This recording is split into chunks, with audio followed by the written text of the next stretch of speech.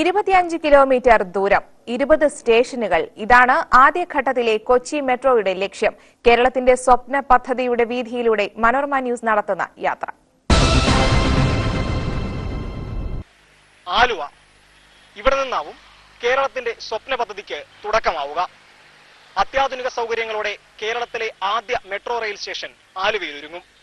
റോഡിൽ നിന്നും ഏതാണ്ട് 50 മീറ്റർ ഉയരത്തിൽ സ്ഥാപിക്കുന്ന പില്ലറുകളെ തമ്മിൽ ബന്ധിപ്പിച്ചാവും മെട്രോ റെയിലിനായി പാതയൊരുങ്ങുക. ആലുവയിൽ നിന്നും മെട്രോ നേരെ എത്തുക കമ്പനിപ്പടിയിലേക്ക്,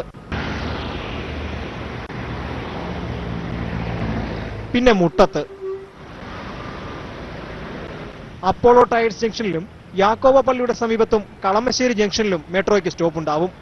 പിന്നെ മെട്രോ കയറണമെങ്കിൽ ഇടപ്പള്ളി ജംഗ്ഷനിലെത്തണം.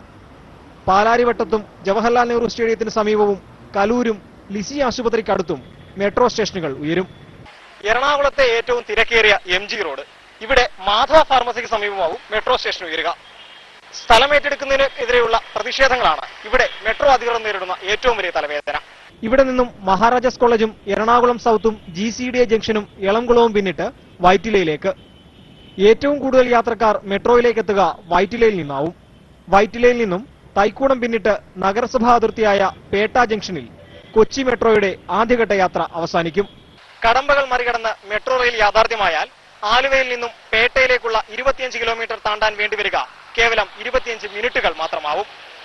ക്യാമറമാൻ KP വിനോദിനൊപ്പം S ശ്യാംകുമാർ, മനോരമ ന്യൂസ്.